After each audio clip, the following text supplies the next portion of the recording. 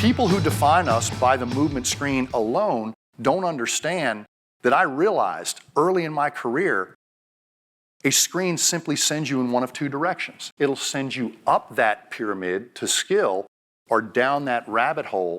And if all you do is find a bad pattern and you don't reduce that pattern into impairment measures, let me make that simple for you. Lack of range of motion or lack of motor control. Every bad movement pattern can be reduced to those impairments. People say, great, how do I report this to insurance? They don't get that. Report your impairments. If a pattern sends you down a rabbit hole and you find poor mobility or poor motor control, report what they're used to looking at. Less than optimal strength or less than optimal range of motion. But if you change those impairments and movement doesn't get better, you didn't change anything.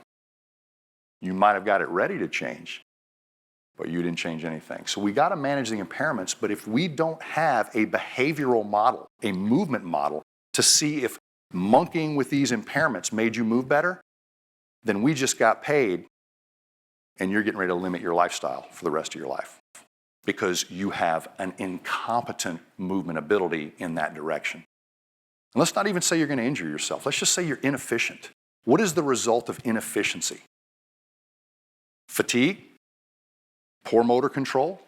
If you fatigue quicker than you're supposed to, you're either going to limit your behavior or you're probably going to maybe set yourself up for poor alignment, poor motor control, compensation.